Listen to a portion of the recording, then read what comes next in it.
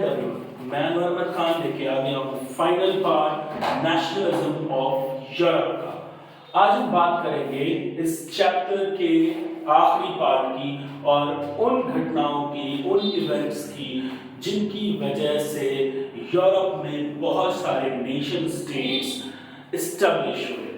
चलिए आप बात करते हैं हम द एज ऑफ रेवोल्यूशन जो कि 1848 तक चली थी, उसी के बीच में हम देखते हैं starting point from the Silesia revolution. Actually हुआ ये कि कुछ वेबर्स जिन्होंने पहले से कॉन्ट्रैक्ट कर रखे थे, उनके कॉन्ट्रैक्ट्स के अकॉर्डिंग जो अमाउंट कॉन्ट्रैक्टर्स ने प्रॉमिस करी हुई थी वो उन्होंने उससे देने से इनकार कर दिया और अब इस धोखे को वेबर्स और सहने के लिए तैयार नहीं थे। ऐसी स्थिति में वेबर्स ने कॉन्ट्रैक्टर्स के खिलाफ रिवोल्ट कर दिया। पर कॉन्ट्रैक्टर्स ठहरे पावरफुल लोग, ऐसे लोग जिनके पास स्टेटमैन से, गवर्नमेंट से बहुत ही अच्छे संबंध होते हैं और इन्हीं के दम पर कॉन्ट्रैक्टर्स अपने साथ आर्मी को लेके आ गए और स्टेट की हेल्प से उस रेवोल्यूशन को दबाने की कोशिश की और इस में हुई एक फाइट छोटी सी जिसमें 11 लोग मारे गए। वैसे तो ये घटना छोटी थी पर इस घटना के जरिए हम जान सकते हैं कि गुस्सा एरिस्टोटेल्स के खिलाफ, अपर क्लास के खिलाफ अब नीचे तक पनप चुका था। लोग गुस्से में थे और इसी बीच लिबरल्स ने रेवोल्यूशन को दोबारा इनिशिएट किया।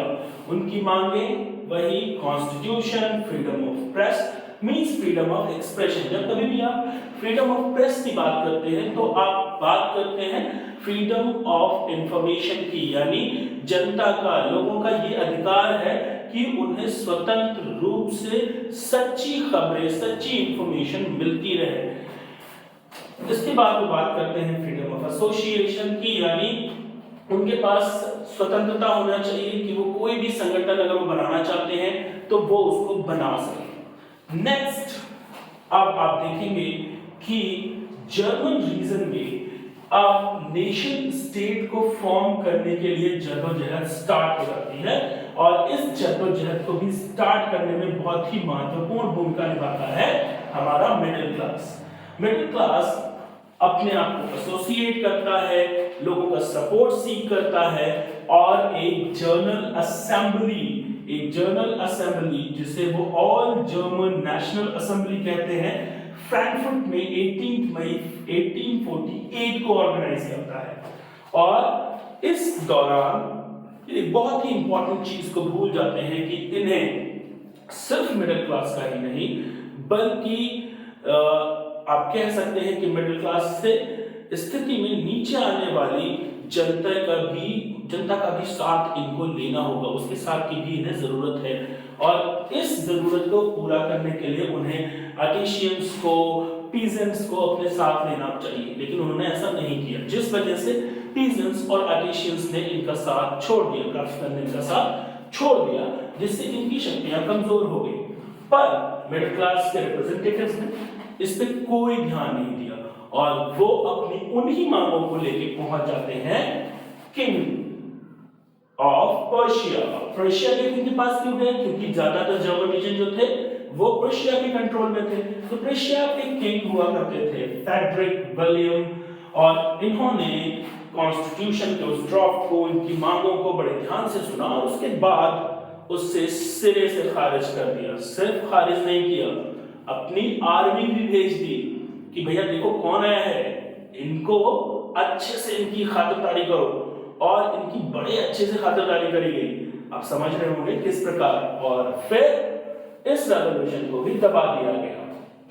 फिर भी फ्रेडरिक विलियम और बाकी भी मुनाफ जो थे ये समझ चुके थे कि मिडिल क्लास लगातार रिवोल्ट करता रहेगा और इस रिवोल्ट से बचने का सबसे आसान तरीका ये है कि हम किसी भी तरह कुछ कंसेशंस देके इस चीज को ही जस्टिफाई कर दें कि हम अच्छे से शासन कर रहे हैं, हम लोगों के हित में शासन कर रहे हैं, ताकि इस तरह के मूवमेंट्स को फर्दर कोई पॉपुलर सपोर्ट ना मिल पाए। तो क्या कंसेशन मिले सर्फदम और बॉन्डेज लेबर को अबॉलिश कर दिया गया सर्टेन रीजन्स में, और ऑटोनॉमी दे दी गई हंगेरियन रीजन को, ठीक है। बट फिर भी अभी भी लोग बड़े एडमेंट थे, मिडिल क्लास बड़ा एडमेंट था कि नहीं, जर्मनी को यूनिफाई करके रहना है, नेशन स्टेट बना के रहना है।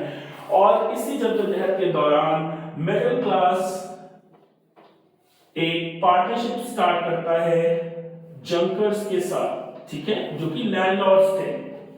तो जंकर्स अप्रोच करते हैं प्राइम मिनिस्टर बिस्मार्क को, जो भी राजी हो जाते हैं एक रेवोल्यूशन के लिए। फिर ये सारे के सारे मिलकर एक वॉर लॉन्च करते हैं against French, Austrian and Denmark के खिलाफ, और इसमें इनकी जीत होती है और अल्टीमेटली जर्मनी यूनाइट हो जाता है ऑन 18 जन 1871। और फिर जर्मनी के पहले राजा बनते हैं, यानी पहले मोनार्क बनते हैं केसर विलियम दी फर्स्ट। यहाँ पे एक ट्रेंड बहुत जरूरी है देखना कि अब बात डेमोक्रेसी की नहीं हो रही है, बात पहले नेशन स्टेट्स की हो रही है। डेमोक्रेसी अब बात की चीज हो रही है। तो nation state with the help of the ministers and the Kings और एरिस्टोक्रेट्स, यानी अब ये नेशन स्टेट को फॉर्म कर रहे थे। इसी तरह से हम देखेंगे यूनिफिकेशन ऑफ इटली, कि इटली को कैसे यूनिफाई किया गया।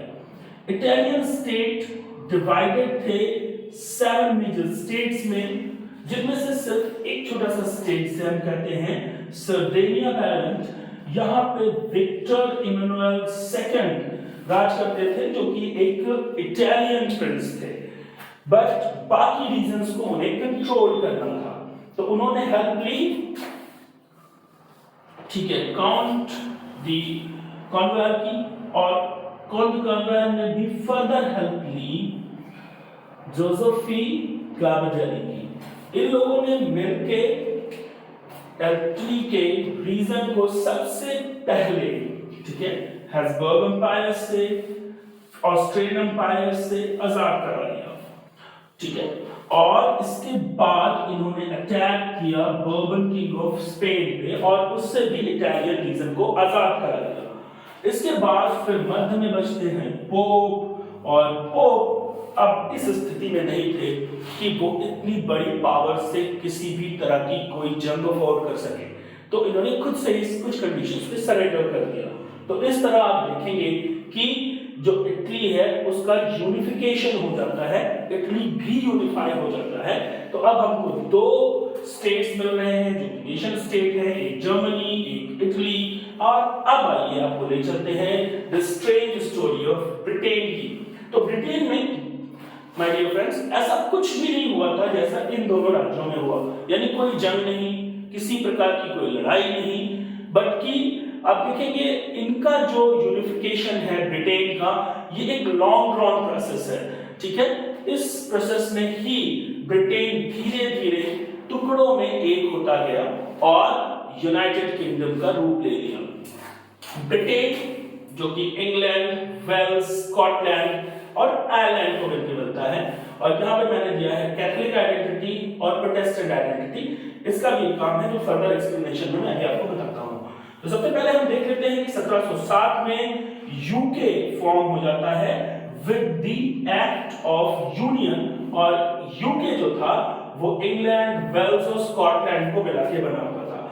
स्कॉटिश पीपल को पहले, जो मेनलैंड ब्रिटिश है, यहाँ के लोगों ने धीरे धीरे अपने पास बुलाने के लिए बड़ी अच्छी अच्छी बातें करना शुरू किया कि हमको यूनाइटेड होकर रहना चाहिए, हमें एक यूनियन बना के रहना चाहिए, हमारा जो ये लैंडमास है ये आपस में जुड़ा हुआ है, हमारी एथनिसिटी काफी जुड़ी हुई है।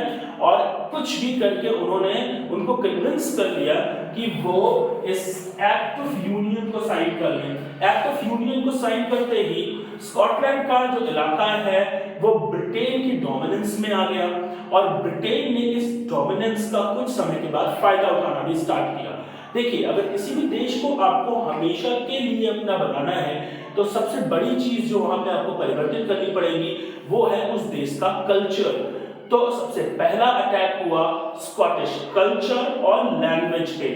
ब्रिटेन ने स्कॉटिश पीपल को उनके पहनावे से, उनकी लैंग्वेज से, उनकी ट्रेडिशन से धीरे धीरे दूर करना स्टार्ट कर दिया और फर्दर उनको पूरी तरह से डोमिनेट कर दिया। अब बारी थी आयरलैंड की। तो आयरलैंड में दोस्तों दो तरह के लोग रहते थे, मतलब क्रिश्चियनिटी में ही दो अलग अलग मतों को मानने वाले लोग। एक मत जो कि कैथोलिक्स हैं, जो कि बहुसंख्यक हैं आयरलैंड में। दूसरा जो मत है या दूसरा जो मत के लोग हैं वो है प्रोटेस्टेंट्स, जो कि अल्पसंख्यक हैं वहां पे। तो इनको सपोर्ट करना स्टार्ट किया ब्रिटेन ने, और इन्हीं की मदद से बार बार रिवोल्ट करके आयरलैंड को कमजोर किया गया।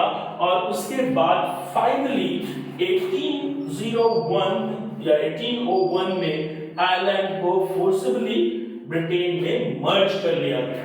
तो इस तरह से एक दूसरा बड़ा नेशन स्टेट यूरोप में फॉर्म होता है, दैट इज ब्रिटेन। इसके बाद हम देखते हैं कि विजुअलाइजेशन का एज स्टार्ट होता है कि हम नेशन को विजुअलाइज कैसे करेंगे। अब जो बहुत ज्यादा फिलोसॉफिकल लेवल पे है, काफी पढ़े लिखे लोग हैं, वो तो इजीली समझ जाते हैं कि नेशन क्या है, नेशन का आइडिया क्या है, कैसे नेशन रन करता है। पर कॉमन पीपल, उनको कैसे समझाएं कि नेशन क्या है? तो उनको ज्यादातर जरूरत होती है डिटेक्शन की, या किसी एक ऐसी चीज को जिसको वो देख के उसमें नेशन को विजुअलाइज कर सके। तो जैसे इंडिया में हमारे लिए हमारी भारत माँ है, जिनका हम सब भारतीय बहुत सम्मान करते हैं, और भारत माँ को देख के ऐसा लगता है कि हम सब चाहे कितने भी अलग हों, कोई भी भाषा बोलते हों, किसी भी धर्म या मत को मानते हों, पर हम सबकी माँ, हमारी भारत माँ एक है, और इससे हम सब में एकता की भावना का संचार होता है। उसी तरह से कुछ फीमेल फिगर्स को ही एलिगरी के रूप में, प्रतीक के रूप में वहां पे भी अडॉप्ट किया गया, जिनमें से मुख्य जिसके बारे में आपका चैप्टर बात करता है वो है Mariana of France and Germany of Germany. ठीक है, इसके बाद फर्दर हम देखते हैं कि जो ये नेशनलिज्म है ये अलग अलग फॉर्मेशन लेता है। यूरोप में कई जगहों पे ये डेमोक्रेसी की मांग करता है, कई जगह पे यहाँ पे कॉन्स्टिट्यूशनल मोनार्की एस्टैब्लिश होती है, और फर्दर ये रीजन जो है धीरे धीरे अलग अलग नेशन स्टेट को एस्टैब्लिश कर देता है। इस एस्टैब्लिशमेंट के दौरान अब द फीलिंग ऑफ नेशनलिज्म बहुत ज्यादा इंटेंस होके रूप लेती है इंपीरियलिज्म का। इंपीरियलिज्म जो है वो एक उस तरह का थॉट है जिसमें हम सोचते हैं कि वी आर द बेस्ट, और हमें अधिकार है कि हम अपने राज्य के क्षेत्र को बढ़ाने के लिए दूसरे राज्यों की जमीनों को, उनके संसाधनों को हथियाना शुरू कर दें। और इस पर आपको एक केस स्टडी मिलती है आपको चैप्टर में, जिसका नाम हम बात करते हैं बाल्कन रीजन्स की। बाल्कन रीजन्स जो है वो पहले ऑटोमन एम्पायर के कब्जे में हुआ करते थे, बट जैसे जैसे ऑटोमन एम्पायर कमजोर होता गया, बाल्कन रीजन्स में छोटी छोटी कंट्रीज अलग अलग एथनिसिटीज के साथ आजाद होती गई, और फिर शुरू होता है इन्हीं कंट्रीज के बीच में संघर्ष, सुप्रीमेसी को लेके, रिसोर्सेज पे कब्जे को लेके, और ये संघर्ष बाद में अट्रैक्ट कर लेता है बड़ी कंट्रीज को भी, लाइक रशिया, फ्रांस, जर्मनी, और ये सारे इस रीजन में अलग अलग कंट्रीज को सपोर्ट करते हुए धीरे धीरे उनको पावरफुल बनाने का लालच देके उनके संसाधनों को खुद हथियाने की कोशिश करते हैं। ठीक है, क्योंकि बाल्कन रीजन जो है उसमें उनको मिल जाता था एक समुद्री किनारा, जो कि ज्यादातर आप देखेंगे कि व्यवहार के लिए या व्यापार के लिए, विश्व व्यापार के लिए, वर्ल्ड ट्रेड के लिए बहुत इंपॉर्टेंट होता है।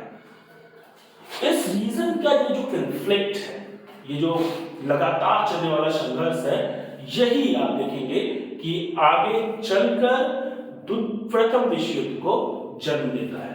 ठीक है, thank you very much for being with me. Please do like the video and share it with your friends, और इस चीज को बिल्कुल याद रखिएगा कि आपके एग्जामिनेशंस बहुत पास हैं, इस वक्त रिवीजन ज्यादा से ज्यादा करना बहुत जरूरी है। और नेक्स्ट वीडियो में मैं आपके साथ डिस्कस करूंगा कि कैसे हम अच्छी आंसर राइटिंग करके अपने मार्क्स को मैक्सिमाइज कर सकते हैं। Thank you very much and जय हिंद।